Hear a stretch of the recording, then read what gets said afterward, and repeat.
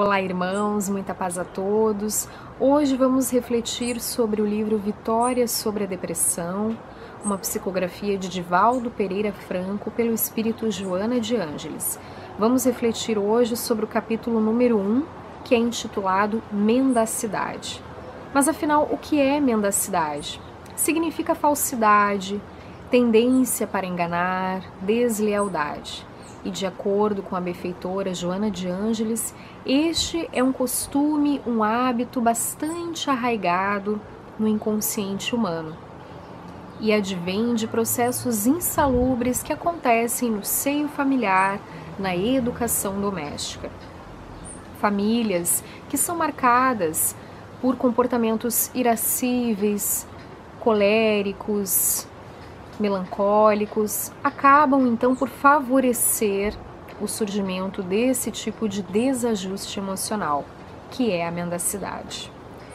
De acordo com a benfeitora, é na família em que se forjam os valores morais edificantes.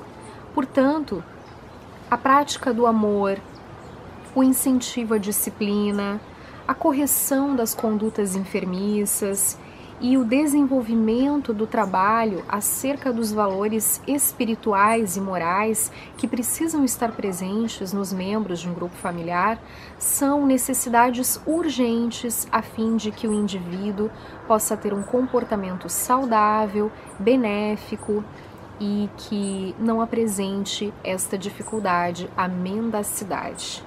De acordo com a benfeitora, os anos infanto-juvenis no seio doméstico são cruciais no processo de formação da personalidade do indivíduo.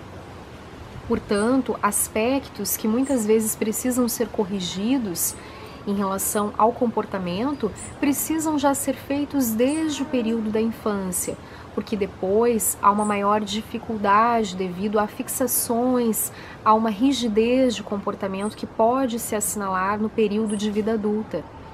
Portanto, na infância deve haver o estímulo aos hábitos saudáveis, com uma conduta benéfica e de bons costumes. Na infância, estamos na fase em que há maior maleabilidade de aprendizado e ao novo.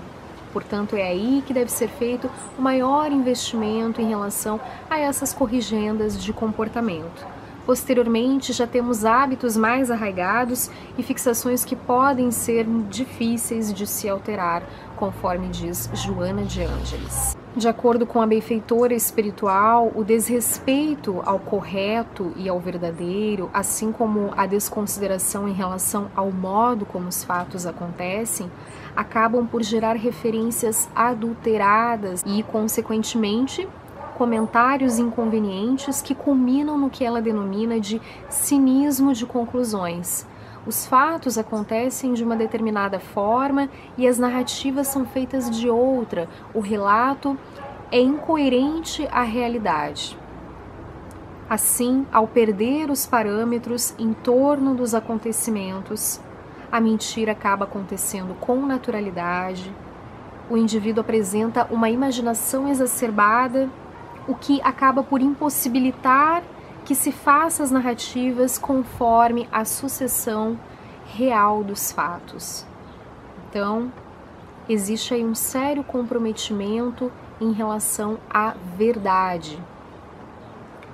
E, conforme diz Joana de Ângeles, esse comportamento pode, da mentira pura e simples, gerar a perfídia, um grau muito maior em relação a esse problema da mendacidade. A hipocrisia, o fingimento sistemático tornam-se hábitos com o prolongamento desse tipo de comportamento, pontua a benfeitora. E prolongar este comportamento acaba por gerar um desajuste emocional e tormentos pela verdade negligenciada.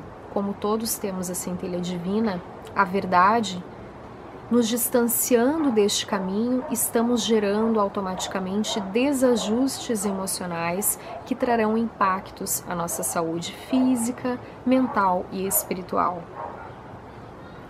O prolongamento desse comportamento doentio causa incapacidade de manter serenidade e equilíbrio no grupo social, conforme nos diz Joana de Ângeles. No íntimo, esses indivíduos, eles sabem sim discernir o certo do errado. Entretanto, persistem neste comportamento pela astúcia, que, de acordo com a benfeitora, é um remanescente ancestral da evolução. Portanto, ainda um atavismo que carregamos e que muitas vezes é utilizado de uma maneira negativa, como no caso de deslealdade, de mentiras, de faltar com a verdade, de ter a tendência a enganar, portanto, a mendacidade.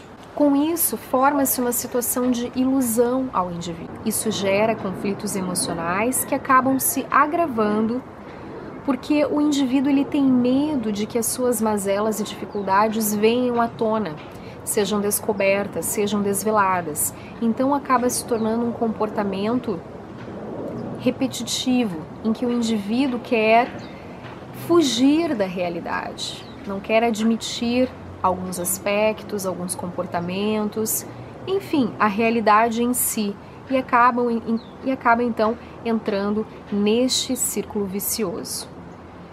De acordo com a benfeitora espiritual, nós estamos em uma sociedade que se deslumbra com a ostentação, a ilusão e a mendacidade, que acabam sendo vistos muitas vezes como fenômenos naturais, mas que, em verdade, apenas geram decepções. De acordo com a benfeitora espiritual, o ser humano educado, ele é verdadeiro sempre, porque ele assume a responsabilidade dos seus atos e das suas condutas, mesmo estando frente a dissabores e angústias. Ele tem um compromisso com a verdade que não admite nenhum tipo de negociação ou suborno. Portanto, podemos inferir que a instabilidade de conduta e a falta de ponderação sobre os fatos gera, sim, perda de autoestima e de saúde emocional, conforme diz Joana de Ângeles. Nesse sentido, a ausência do auto-amor também pode ensejar um quadro de depressão, porque o indivíduo ele acaba não se amando e crê não ser digno de ser amado, e isso acaba estimulando o processo depressivo. Na verdade, toda esta situação é um disfarce dos conflitos íntimos, porque falta o encorajamento de enfrentar os desafios existenciais, ser forte o suficiente para o enfrentamento dos desafios existenciais que fazem parte da vida de todos que estão encarnados e que são testes naturais trazidos pela providência maior, a fim de que possamos aprimorar os nossos comportamentos e trilharmos o caminho da evolução, culminando no progresso espiritual. Dessa forma, o desenvolvimento intelecto-moral saudável se estrutura na realidade, requer um convívio com pensamentos elevados e uma vigilância moral contínua. Nesse sentido, há necessidade de uma renovação de atitudes, e a consequente renovação de atitudes e de comportamento vai ser um estímulo natural para a evolução. O indivíduo identifica que tem muitas capacidades e possibilidades, de maneira que vão sendo ultrapassados variados aspectos difíceis da sua encarnação, conforme as circunstâncias vão sendo superadas. O indivíduo vai tendo o processo de encorajamento se desenvolvendo. Vai vendo que é capaz de enfrentar os acontecimentos que se apresentam. Portanto, ser verdadeiro é a adequada condição da pessoa inteligente, ser lícito e real. É preciso delinear uma programação existencial, sem apegos ao passado e sem ansiedades em relação ao futuro. E as mudanças, elas precisam acontecer do íntimo para o exterior, porque assim, efetivamente, vão se processar as alterações no campo mental e vão dar lugar a novas paisagens íntimas que vão fortalecer o indivíduo e gerar então condições para que ele possa prosseguir no seu caminho evolutivo. Surge assim uma alegria espontânea em que o indivíduo apresenta um destemor em relação a qualquer tipo de acontecimento que possa se apresentar em sua existência, porque ele tem uma identificação com a vida. Ele não teme a vida, ele se identifica com a vida. Assim, o progresso é inevitável. Em algum momento, nós somos concitados a sair desse tipo de comportamento, de mendacidade, e as paisagens mentais perniciosas então vão sendo alteradas, dando lugar a novos pensamentos edificantes. De acordo com Joana de Ângeles, os transtornos de comportamento podem acontecer por fatores endógenos e exógenos, que são expostos muito bem por várias doutrinas psicológicas, mas também pode ser ocasionado o transtorno de comportamento pelos fatores de natureza espiritual, como a obsessão. Daí a importância da vigilância contínua em relação aos próprios atos e pensamentos, a fim de que realmente possamos ter uma mudança de atitudes que favoreçam a nossa melhoria íntima. Mudar o campo mental e moral significa praticar a caridade, fazer preces, amar, ter paciência, corrigir as condutas enfermiças, ter abnegação, ler o Evangelho de Jesus e, principalmente, implementá-lo na prática. Assim, o vício da mendacidade pode ser superado. Essas foram as nossas reflexões do dia de hoje. Muito obrigada pela atenção e nos vemos em breve.